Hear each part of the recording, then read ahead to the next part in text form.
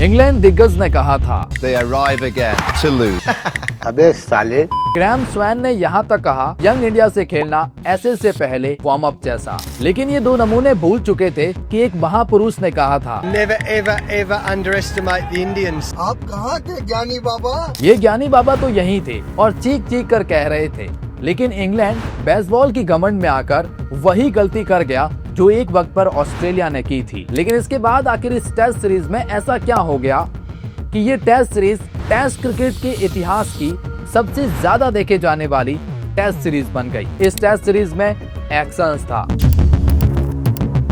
Drama था, emotions थे।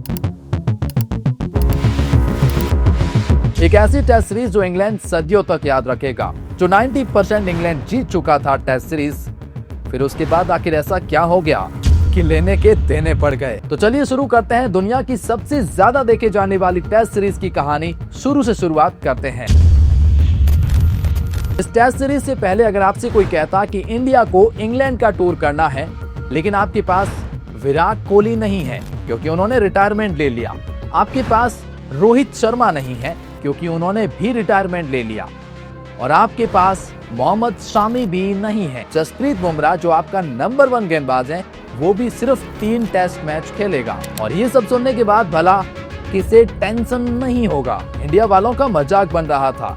England वाले कह रहे थे कि हमारे अकेले के जो रूट के 36 सेंचुरी है, जो इंडिया के सारे बैट्समैन की भी मिला लो तो 29 है, यानी उनके सारे बैट्समैन पर हमारा जो रूट ही भारी पड़ जाएगा। इंग्लैंड के फॉर्मर क्रिकेटर तमाम एक के बाद एक प्रेडिक्शंस कर रहे थे और एक ने भी भारत के कुछ भी चांसेस नहीं बताए क्योंकि ये यंग इंडिया था। लेकिन जो आगे होने वाला था वो इस बात से बिल्कुल अनजान थे और एक महान ऐतिहासिक टेस्ट सीरीज का पहला टेस्ट मुकाबला, हेडिंग्ले का लीड्स टेस्ट मुकाबला। हमारे यहाँ कहावत है कि पूत के पांव पालने में ही दिख जाते हैं, और यंग इंडियन क्रिकेट टीम के साथ ठीक ऐसा ही हुआ इस टेस्ट मुकाबले में। अगर आप अपने पापा या उनके पापा से भी पूछोगे तो वो भी नहीं बता पाएंगे कि आखिरी बार ऐसा कब हुआ था कि किसी भी एक टीम के 5 इंडिविजुअल सेंचुरी एक टेस्ट मैच में आई है, लेकिन फिर भी वो टेस्ट मुकाबला हार जाती है। जी हाँ, इंडिया के साथ टेस्ट क्रिकेट के इतिहास में 148 सालों में ऐसा पहली बार हुआ कि 5 खिलाड़ियों ने एक मैच में सेंचुरी बनाई, लेकिन फिर भी भारत वो मुकाबला हारा। यशस्वी जायसवाल, शुभमन गिल, ऋषभ पंत ने तो एक ही मैच में दोनों पारियों में सेंचुरी लगाई और उसके बाद केएल राहुल की सेंचुरी। भारत ने पहले बल्लेबाजी करते हुए 471 रन बनाए, जिसके जवाब में इंग्लैंड 465 बनाती है और भारत को 6 रन की लीड मिल जाती है, जिसके जवाब में भारत फिर 364 रन बनाता है और 371 का टोटल इंग्लैंड के सामने था। अब अगर इंग्लैंड को ये चेज करना था तो टेस्ट क्रिकेट के इतिहास का उनका ये दूसरा हाईएस्ट टोटल चेज होने वाला था। लेकिन बेसबॉल एक बार फिर काम कर गया और इंग्लैंड ये टेस्ट मुकाबला जीत गया और उनका सेकंड हाईएस्ट टोटल जो सक्सेसफुली उन्होंने चेज करा। अगर आप अपने दिमाग पर जोर डालोगे तो आपको याद आएगा कि यहाँ पर यशस्वी जायसवाल ने 4 से 5 कैच टपकाए थे। जायसवाल ड्रॉप सर्विस देखने को मिली थी। शायद खराब फील्डिंग भारत की हार की वजह बनी, वरना ये भारत मुकाबला जीतने वाला था। और यंग इंडियन टीम के पूत के पांव पालने में दिख गए। जिस तरह से ये मैच खेला, एक बात तय थी, ये सीरीज अब कोई आम सीरीज नहीं होने वाली थी। जरूर इंग्लैंड एक्सपीरियंस्ड थी, उनके पास प्रॉपर गेंदबाज थे, वो अपना एक्सपीरियंस और सब कुछ झोंकने वाले थे, लेकिन यंग इंडिया के उस टैलेंट से अनजान थे। इंग्लैंड घमंड से चकनाचूर था और वक्त हो गया एजबेस्टन टेस्ट मुकाबले का। एक बार फिर भारत की मुश्किल बढ़ी क्योंकि इस मुकाबले में जसप्रीत बुमराह नहीं खेल रहे थे। एजबेस्टन में अगर भारत को वापसी करनी थी तो इतिहास रचना था, क्योंकि आज से पहले भारत यहाँ पर कोई भी टेस्ट मुकाबला नहीं जीता था। तो अगर 2-0 से पिछड़ जाओगे तो टेस्ट सीरीज में वापसी नहीं होगी, ये यंग इंडिया जानती थी, इसीलिए हर हाल में जीतना था। और उसके बाद इस टीम ने कुछ ऐसा किया जिसे इंग्लैंड सदियों याद रखेंगे। एक बार फिर बेन स्टोक्स ने टॉस जीता और भारत की युवा टीम को कहा, चलो बैटिंग करो हमारे बॉलर्स के सामने। इंडिया ने 587 रन बनाए, जिसमें शुभमन गिल का दोहरा शतक शामिल था, जो इतिहास के पन्नों पर दर्ज रहेगा। जिसके जवाब में इंग्लैंड 407 रन ही बना पाती है और इंडिया 180 रन का बढ़त हासिल करती है। दूसरी पारी में 427 रन पर डिक्लेयर्ड और 601 रन का बड़ा टारगेट, जिसे इंग्लैंड को चेस करना था। लेकिन बेसबॉल वालों की हवा तब निकल गई जब वो ये कहते थे कि भले ही 1000 रन का टारगेट होगा, हम चेज करेंगे। 600 रन को देखकर कोलैप्स हो गए और इंग्लैंड को मिलती है 336 रन की हार टेस्ट क्रिकेट में अपने घर पर एक यंग इंडियन टीम से। और रनों के लिहाज से भारत की ये दूसरी सबसे बड़ी जीत थी। एजबेस्टन में भारत की इतिहास की ये पहली टेस्ट जीत थी। यंग इंडियन ब्रिगेड से इस तरह की वापसी की उम्मीद न तो इंडियन फैंस ने करी और न इंग्लैंड ने कभी सपने में भी सोचा था। इतिहास के पन्नों को पलटेंगे तो शुभमन गिल का वो दोहरा शतक और दूसरी पारी में एक और शतक, और आकाशदीप ने जसप्रीत बुमराह की कमी नहीं करने दी। 10 विकेट लिए और इंडिया को जीत दिलाई। ये इन दो खिलाड़ियों के परफॉर्मेंस के लिए याद किया जाएगा। जैसे जैसे आप इस टेस्ट सीरीज में आगे बढ़ेंगे, कमेंट सेक्शन में आप बता सकते हैं आपको सबसे अच्छा क्षण इस टेस्ट मुकाबले का कौन सा लगा। कमेंट सेक्शन में बता सकते हैं। लेकिन ये तो सिर्फ ट्रेलर था, पिक्चर अब भी बाकी थी।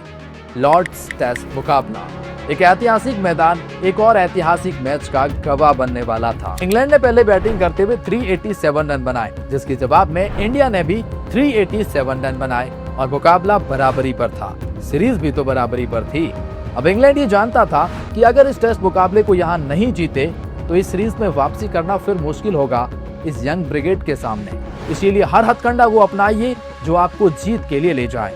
और यही वजह थी कि लॉर्ड्स का टेस्ट मुकाबला विवादित टेस्ट मुकाबलों में दर्ज हो गया।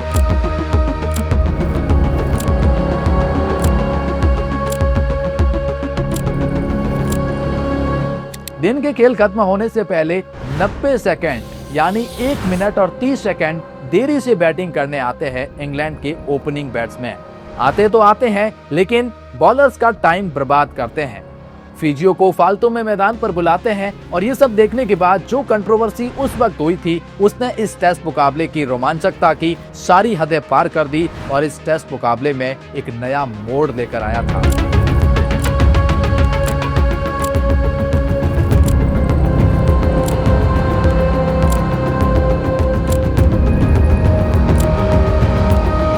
याद होगा आपको शुभमन गिल का वो जैक क्राउली और बेन डकेट से विवाद, इंग्लैंड की वो सरासर बेईमानी जो इंग्लैंड को नहीं करनी चाहिए थी। इंग्लैंड के खिलाड़ी तो खिलाड़ी, लेकिन एम्पायर के इस डिसीजन ने भी काफी ज्यादा सुर्खियां बटोरी।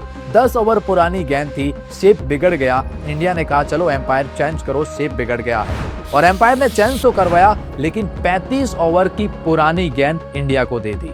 10 ओवर 35 ओवर काहे का कैलकुलेशंस आईसीसी के एम्पायर्स का। इंग्लैंड की दूसरी पारी 192 रन पर ऑल आउट हो जाती है और एक बार फिर भारत की शानदार गेंदबाजी देखने को मिली थी। लेकिन अब यहाँ पर अगर आप सोचेंगे तो 192 टोटल चेज होना चाहिए ना, लेकिन एक बार फिर वही हुआ जिसका डर था। यंग इंडियन ब्रिगेड कोलैप्स का शिकार और 112 112 रन पर 8 विकेट। रविंद्र जडेजा डटे रहे, लड़ते रहे और उनका साथ जसप्रीत बुमराह ने निभाया। जसप्रीत बुमराह ने 3 घंटे मैदान पर इंग्लैंड के गेंदबाजों को झेला और एक गेंदबाज से आप इससे ज्यादा से क्या उम्मीद करेंगे। लेकिन 147 रन पर 9th विकेट लग जाता है। अब भी इंडिया को 45 रन चाहिए थे और मैदान पर थी वो आखिरी जोड़ी मोहम्मद सिराज और रविंद्र जडेजा की। जडेजा अपना टाइम लेकर खेल रहे थे और मोहम्मद सिराज ने भी बखूबी साथ निभाया था। लेकिन कहते हैं कि किस्मत मेहरबान तो गदा भी पहलवान। यहाँ पर इंडिया के साथ किस्मत नहीं थी, इंग्लैंड के साथ थी।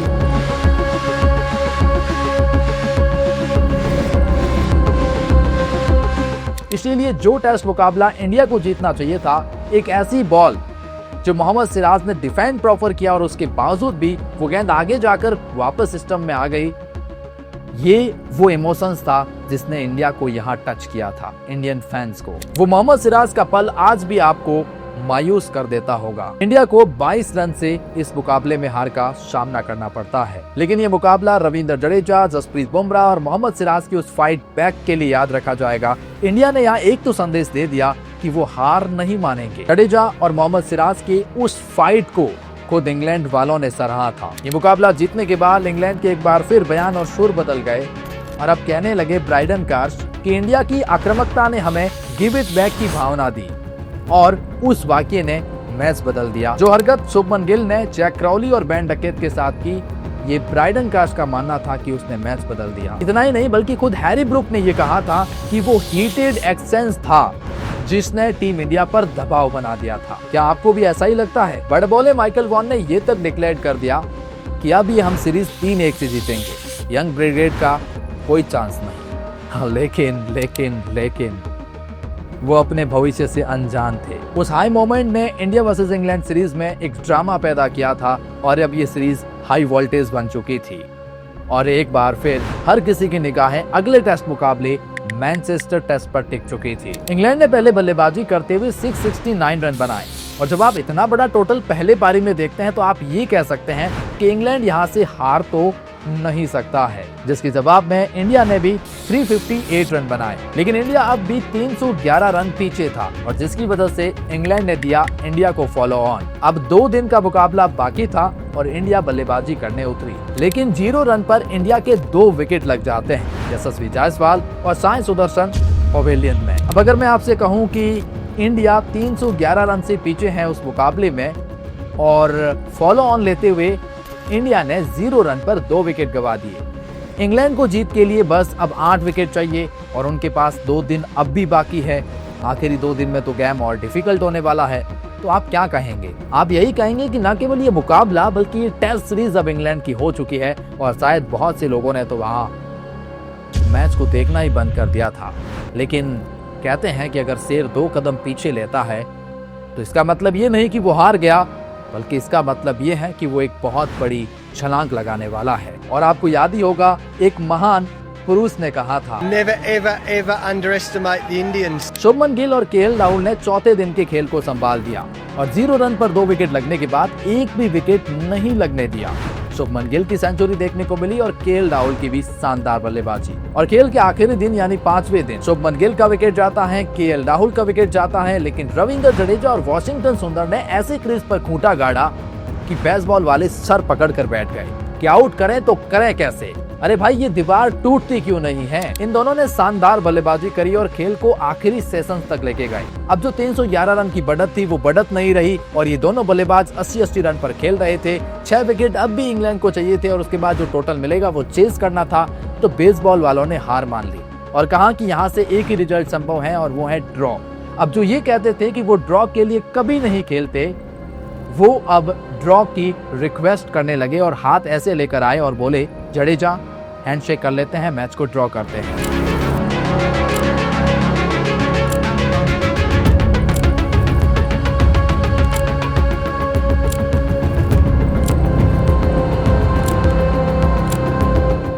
लेकिन जडेजा ने कहा, नहीं भाई नहीं, मुझे अपना शतक पूरा करना है और वॉशिंगटन सुंदर को भी।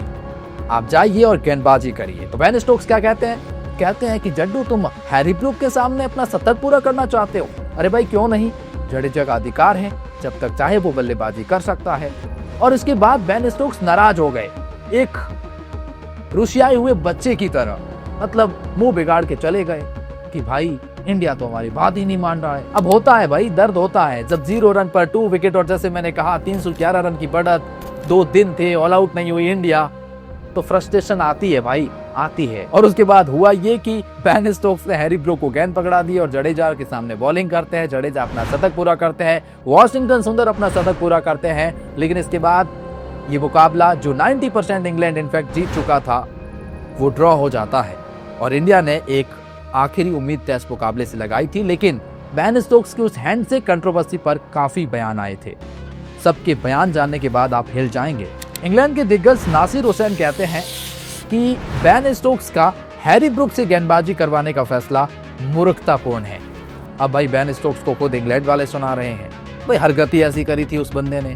बेन स्टोक्स एलिस्टर को कहते हैं कि वॉशिंगटन सुंदर और रविंद्र जडेजा के पास अधिकार था कि वो अपना शतक पूरा करे ताकि अगले मैच में वो मोमेंटम काम आएगा। जोफ्री बॉयकॉट ने भी इंडिया को सपोर्ट किया और इंग्लैंड को फटकार लगाई थी और ऑस्ट्रेलियन मीडिया ने तो इंग्लैंड वालों को क्राई बेबीज कहा था, वो बच्चा जो जिद करने पे आ जाता है और वो चीज पूरी ना हो तो वो रूठ जाता है। बेन स्टोक्स ने ऐसा ही करा, ये ऑस्ट्रेलियन मीडिया का कहना था। अब भाई बेन स्टोक्स की गलती नहीं है ना, उन्हें ये समझ में ही नहीं आ रहा था कि ये मुकाबला तो हम जीत चुके थे, इनफैक्ट ये सीरीज जीत चुके थे, लेकिन ये क्या हो गया हमारे साथ। ये यंग इंडियन टीम ऐसा कर देगी, ये सोची ना थी इन्होंने। और अब खेल का आखिरी पड़ाव बाकी था, हाँ, ओवल का टेस्ट मुकाबला, एक ऐतिहासिक टेस्ट मुकाबला। क्या आपको यकीन होगा अगर मैं आपसे कहूं कि 5वें टेस्ट मुकाबले से पहले इंग्लैंड डर गया था। आपको यकीन नहीं हो रहा है, चलो मैं आपको यकीन दिलाता हूं।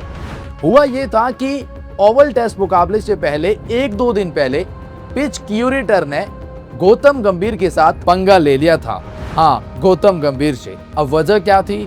वजह यह थी कि इंडियन क्रिकेट टीम जब प्रैक्टिस कर रही थी तो गोती भाई ने चाहा कि वो पिच को देख लें, पास में जाकर मुआयना कर लें, लेकिन पिच क्यूरेटर कहता है आप पिच के पास भी नहीं जा सकते, पिच से 2 मीटर की दूरी बनाए रखो, आप ये बैग क्यों लेकर आए हैं। और जिस टोन में वो बात कर रहा था वो गौतम गंभीर को अकड़ गया। और उसके बाद होना क्या था, हमारे गोती भाई है भाई,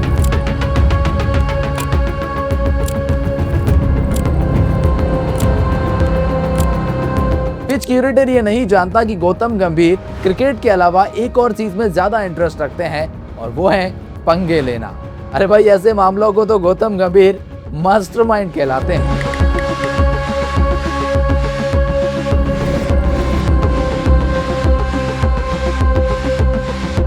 गौतम गंभीर के और इस स्वीट मोमेंट पर आपकी क्या राय हो सकती है, कमेंट में जरूर बताएं। आखिरी पड़ाव अब भी बाकी था, ओवल टेस्ट मुकाबला, और ये टेस्ट मुकाबला टेस्ट क्रिकेट को जीवित रखने का वादा करता है। ऐसा हाई वोल्टेज मुकाबला जिस पर पूरी दुनिया की नजरें गई थी और शायद इसी ने तो व्यूअरशिप की रिकॉर्ड सड़ी लगाई थी। खास बात यह थी कि बेन स्टोक्स इस टेस्ट मुकाबले को नहीं खेल रहे थे और न ही तो जसप्रीत बुमराह खेल रहे थे। इंडिया के ऋषभ पंत भी अवेलेबल नहीं थे क्योंकि चौथे टेस्ट मुकाबले में वो इंजर्ड हो गए थे। टीम इंडिया को पहले बैटिंग करने का न्योता दिया गया और 224 रन पर इंडिया ऑल आउट हो जाती है, जिसके जवाब में इंग्लैंड 247 रन बनाती है और 23 रन का बढ़त भी हासिल करती है।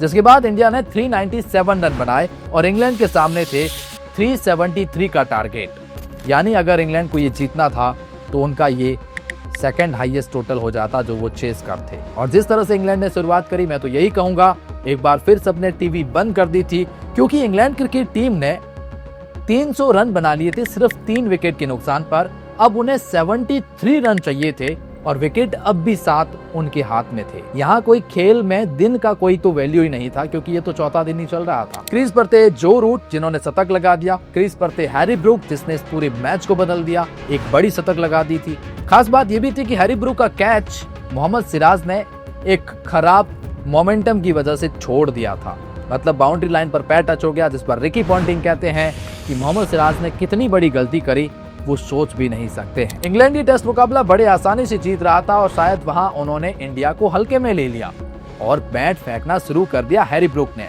जैसे ही 301 रन पर चौथा विकेट लगता है हैरी ब्रूक का, जो शतक लगाने के बाद आउट हो जाते हैं, यहां से इंडिया को मिली एक छोटी सी विंडो जहां से वो वापसी करते हैं। और जैसे मैंने कहा, एक महापुरुष ने कहा था, लेकिन कहानी अब भी आसान नहीं थी। जैक बेथल और जो रूट जो शतक लगाकर खूंटा गाड़ कर बैठे थे, उनको आउट करना आसान था नहीं। लेकिन खास बात यह रही कि जैक बेथल के रूप में इंडिया ने 332 रन पर 5वां विकेट लगाया तो 337 रन पर 6th विकेट लगाया जो रूट का, और यहां से मानो एक दरवाजा ही खुल गया वापसी के लिए।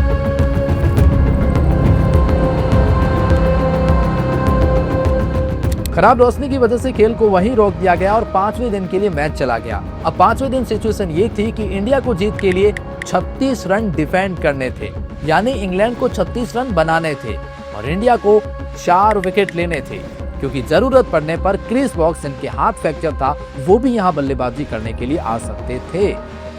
लेकिन यहाँ कहानी आसान थी नहीं ना, क्योंकि अब भी जेमी स्मिथ, जिन्होंने सीरीज में बहुत रन बनाए, वो क्रीज पर मौजूद थे। तो यहाँ 36 रन बनाना इंग्लैंड के लिए कौन सी बड़ी बात थी। इंग्लैंड वाले जश्न की तैयारी कर रहे थे, सेलिब्रेशंस की तैयारी कर रहे थे। मोहम्मद सिराज, जिसने पिछले दिन ही कैच छोड़ा था, आज वो सफलता का एक क्वार्ट्स पढ़कर आते हैं और कहते हैं कि मैं कुछ अलग करके दिखाऊंगा। अब अगर इंडिया को यहाँ मुकाबला जीतना था तो पहले ही 1-2 ओवर में जेमी स्मिथ को आउट करना जरूरी था, और किस्मत भी इंडिया की साथ दे जाती है। जेमी स्मिथ आउट हो जाते हैं।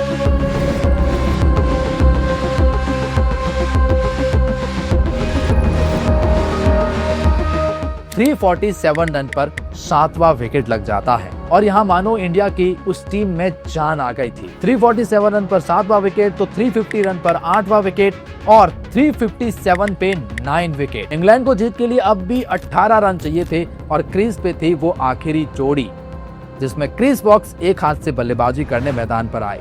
भाई अप्रिशिएशन बनता है क्रिस वॉक्स का, कमेंट सेक्शन में आप भी बताइएगा।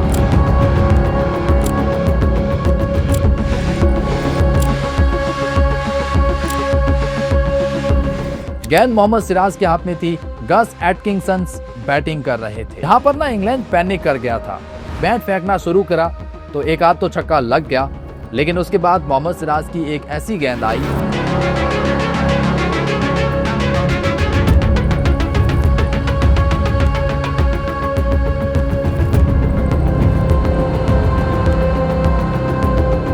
जिसने एटकिंसन को आउट कर दिया और मैच बदल गया।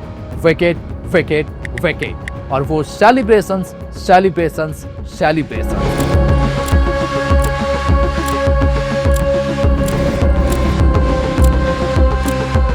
शायद आज तक इतिहास में ऐसा ड्रॉ का सेलिब्रेशंस नहीं देखा होगा सीरीज का, क्योंकि ये सीरीज अब 2-2 की बराबरी पर खड़ी हो गई थी। जो मुकाबला 99% इंग्लैंड के हाथ में था।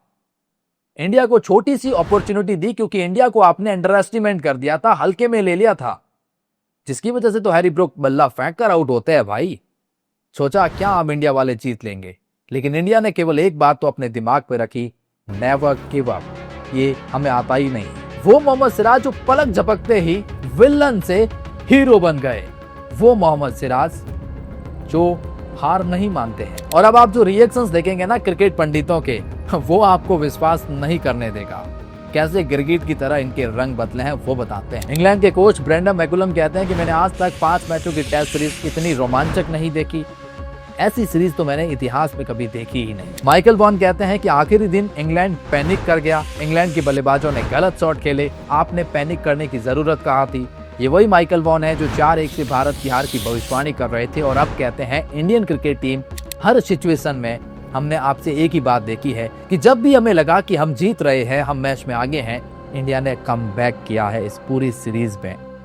इंडिया, आप कभी हार नहीं मानते, ये माइकल वॉन कह रहे हैं, जो भारत को तो बिल्कुल भी मानते ही नहीं थे। नासिर हुसैन कहते हैं कि अगर ये इंग्लैंड 3-1 से सीरीज जीत जाती तो ये अन्याय होता, भारत इस सीरीज का 2-2 की बराबरी का हकदार है। स्टुअर्ट ब्रॉड कहते हैं कि मोस्ट एंटरटेनिंग, कमबैक, कोलैप्स और हेरोइक सीरीज, क्योंकि इस सीरीज में बहुत से हीरोज देखने को मिले। सचिन तेंदुलकर जो इंडिया के लेजेंड्स हैं, वो लिखते हैं कि absolute cinema, goose bomb performance 10 of 10 जो इंडिया ने करी, और हाँ, Superman for India. Virat Kohli ने भी ट्वीट करा और उसमें लिखा कि भारत की शानदार जीत, जुनून, विश्वास का ये परिचायक है। इस सीरीज के most wicket taker Mohammed Siraj जो इंडियन थे, और ये सीरीज कहाँ हो रही थी? इंग्लैंड में। 23 विकेट मोहम्मद सिराज ने लिए और आखिरी मैच में 5 विकेट।